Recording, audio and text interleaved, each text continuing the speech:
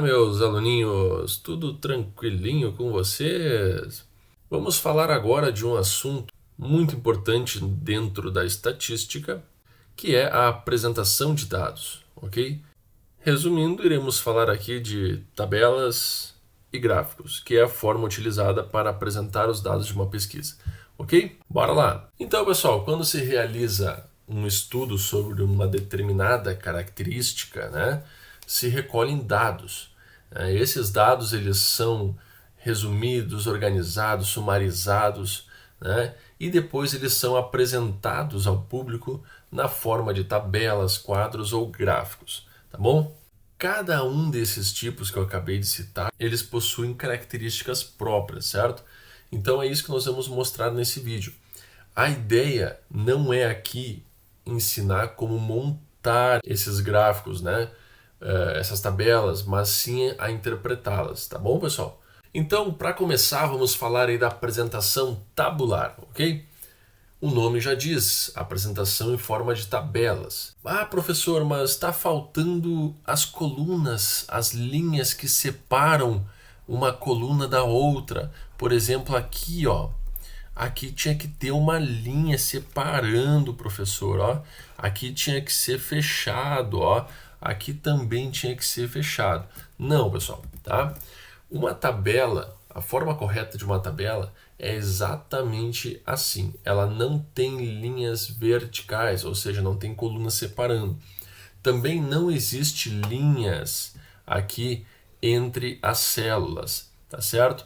Ó, não tem linha separando aqui não, tá bom? Ela é exatamente assim. Ou seja, nós temos aqui na parte de cima o título da tabela, certo? E o título da tabela, ele deve responder a 3 perguntinhas. O que, quando e onde. O que é sobre o que se trata, onde é onde ocorreu a pesquisa e quando é a data, o ano que ocorreu a pesquisa, ok? Então, olha só. Aqui, pessoal, neste exemplo, nós temos o título da tabela como sendo Estrutura Empresarial da Cidade X no ano de 2019, ok? Então, como eu disse, o título ele deve responder as 3 perguntas. O que, quando e onde. Né? O que? Nesse caso, estrutura empresarial da Cidade X. Onde? Provavelmente na Cidade X. Né? E quando? Em 2019. Então, o título dessa tabela fornece as informações necessárias para saber do que se trata, né? Que é o que, onde é onde ocorreu e quando que ocorreu, ou seja, a data da ocorrência da pesquisa. Depois nós temos aqui, pessoal, essas 2 linhas horizontais aqui, que eu estou fazendo agora em vermelho para vocês verem. Essas 2 linhas horizontais é o cabeçalho da tabela.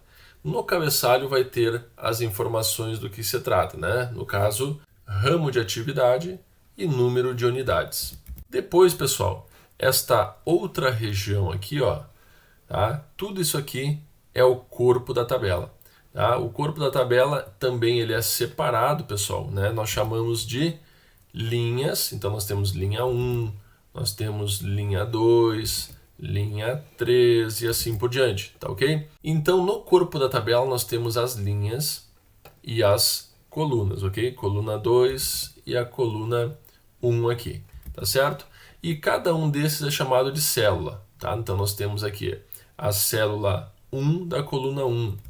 Nós temos aqui a célula 1, 2, ou seja, linha 1, coluna 2, tá? É como se fosse uma matriz, tá, pessoal? Então, nós temos aqui, ó, a linha 2, tudo bem, com a coluna 1. Nós temos aqui a linha 2 com a coluna 2. Então, nós temos o corpo da tabela, as linhas e as colunas. Então, nós chamamos cada uma particularmente de célula, tá bom? Depois aqui embaixo, pessoal, nós temos uma outra linha horizontal que indica o fim da tabela, ou seja, o rodapé, e abaixo do rodapé nós temos a fonte, tá? Que é da onde que foi tirado esses dados, ok? Então, nesse caso, fonte autor, tá bom? Há casos em que o rodapé, ele é um rodapé duplo, né? Ou seja, existe uma linha aqui e outra linha embaixo, e aí depois vem a fonte. Aí nós temos aqui Nessa região aqui, a palavra total, né? Vem a palavra total, certo? E aqui a quantidade de empresas, tá? No caso aqui era o somatório de todas as empresas de cada tipo, colocaria-se aqui o somatório, tá? O valor que é o somatório disso tudo aqui, tá bom? Então esta, pessoal, é uma tabela. Aquela que é toda fechadinha, né? Ela é fechada aqui do lado, é fechada aqui do outro lado, e existem as linhas todas aqui, né, que separam cada variável aqui, cada termo, certo? Depois tem aquela que corta aqui no meio, etc. Isso aqui é chamado de quadro, tá? Então, pessoal, aquela que a gente está acostumado a ver nos softwares lá, por exemplo, no Word, né?